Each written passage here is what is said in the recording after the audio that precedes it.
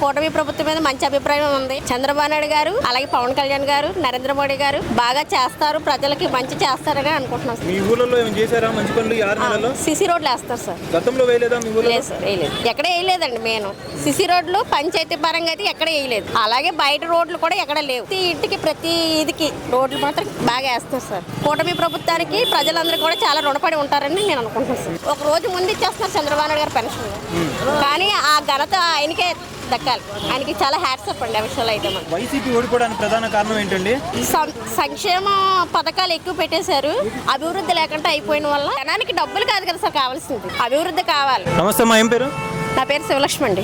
శివలక్ష్మి గారు, కొత్త ప్రభుత్వం వచ్చింది కదా, కొలువు తీరింది కూటమి ప్రభుత్వం. ఎలా చేస్తున్నారు పరిపాలన? ప్రజలకి బాగానే ఉందా? బాగానే ఉంది సార్. ఎందుకంటే ఇన్నాళ్ళ గుంతలు పడిపోయిన రోడ్లు, మంచినీటి సమస్య అన్నీ ఉన్నాయి. కాకపోతే ఇప్పుడు ప్రస్తుతానికి అయితే మాత్రం మాకైతే ప్రభుత్వం కూటమి ప్రభుత్వం మీద మంచి అభిప్రాయం ఉంది. చంద్రబాబు నాయుడు గారు అలాగే పవన్ కళ్యాణ్ గారు నరేంద్ర మోడీ గారు బాగా చేస్తారు, ప్రజలకి మంచి చేస్తారని అనుకుంటున్నాం సార్. మీ ఊర్లో ఏం చేశారా మంచి పనులు ఈ 6 నెలల్లో? సిసి రోడ్లు వేస్తారు సార్. సిసి రోడ్లు వేస్తారు. గతంలో వేయలేదా మీ ఊర్లో? లేదు సార్, వేయలేదు. ఎక్కడ వేయలేదండి. నేను సిసి రోడ్లు పంచాయతీ పరంగా అయితే ఎక్కడ వేయలేదు. అలాగే బయట రోడ్లు కూడా ఎక్కడ లేవు. ఇప్పుడైతే ప్రతి దగ్గర అంటే మా పంచాయతీ పరంగా అయితే 2 పంచాయతీలు, తిమ్మాపురం పంచాయతీ ఒకటి, అలాగే పెట్టుకోడపల్లి పక్క గ్రామం పెట్టుకోడపల్లి. అక్కడ ఇక్కడ కూడా రోడ్లు మాత్రం సిసి రోడ్లు ప్రతి ఇంటికి ప్రతి ఇదికి రోడ్లు మాత్రం బాగా వేస్తారు సార్. బాగా చేస్తారు సార్. కూటమి ప్రభుత్వానికి ప్రజలందరూ కూడా చాలా రుణపడి ఉంటారని నేను అనుకుంటున్నాను సార్. దీపం పథకం అందుతుందా మీకు? అందుతుంది సార్. ఎందుకంటే పడుతున్నాయి సార్ డబ్బులు. మేము ఆల్రెడీ గ్యాస్ బుక్ చేసాం, మా అకౌంట్లో డబ్బులు పడ్డాయి. డబ్బులు పడట్లేదని చెప్పి వైసీపీ వాళ్ళు అంటున్నారు కదా. లేదు సార్, అదంతా పొక్కారు. వాళ్ళు ఇష్టం లేని వాళ్ళు చాలా మంది ఎన్నో చెప్తారు, కానీ కంపల్సరీ డబ్బులు పడుతున్నాయి. ఎక్కడో కొత్తగా డబ్బులు పడకపోవచ్చు, అది మనం ఏం చెప్పలేం. కానీ అది సచివాలయానికి వెళ్ళి చెక్ చేయించుకోమంటున్నారు. అది కూడా క్లియర్ అయిపోయిన తర్వాత చాలా మందికి పడిపోయాయి సార్. సచివాలయాలు అన్నారు కాబట్టి అడుగుతున్నాను, ఉండాలంటారా వద్దంటారా సచివాలయాలు? ఉండాలి సార్. వాలంటీర్ వ్యవస్థ అయితే నాకు ఇష్టం లేదు సార్. ఎందుకంటే ఇప్పుడు ప్రతి విలేజ్లోని సచివాలయ స్టాఫ్ ఉన్నారు, అంగన్వాడీ ఉంది, వెలుగు బీఓఏలు ఉన్నారు. వీళ్ళందరూ చేసేది ఓన్లీ పెన్షన్లు ఇవ్వడానికే, కానీ అంతకంటే ఏం చేస్తారు సార్ వాలంటీర్స్?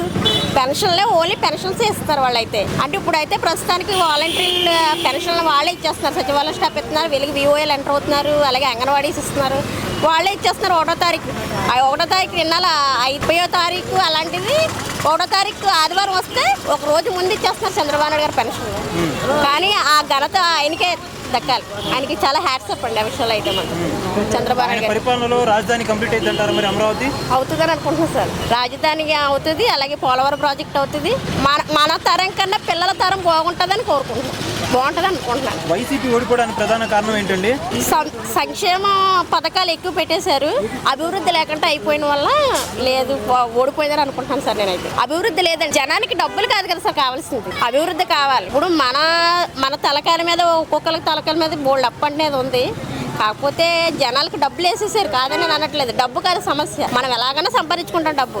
ఇప్పుడు రోడ్డు అంటే నడిచామంటే ఏ గుంతలో పడిపోతే మనకు తెలియదు. అదనేది అభివృద్ధి అనేది ఉండాలి. ఫ్రీ బస్సు పెడుతున్నారంట కదా సంక్రాంతి నుంచి, దానిపై మీ అభిప్రాయం ఏంటి? పెట్టాలా వద్దా?